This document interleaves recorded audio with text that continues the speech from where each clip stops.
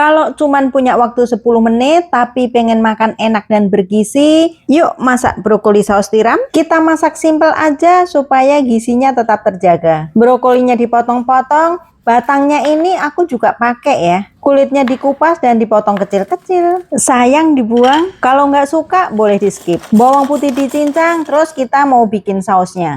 Campur semua bahan saus ya. Brokoli ini yang aku baca mengandung serat, vitamin, dan antioksidan. Sudah tercampur rata, disisihkan, kita rebus brokoli, kasih garam dan minyak.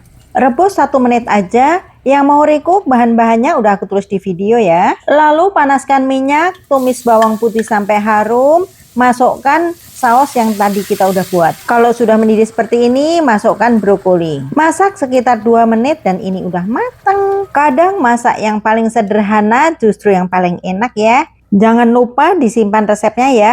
Beneran ini enak. Happy cooking!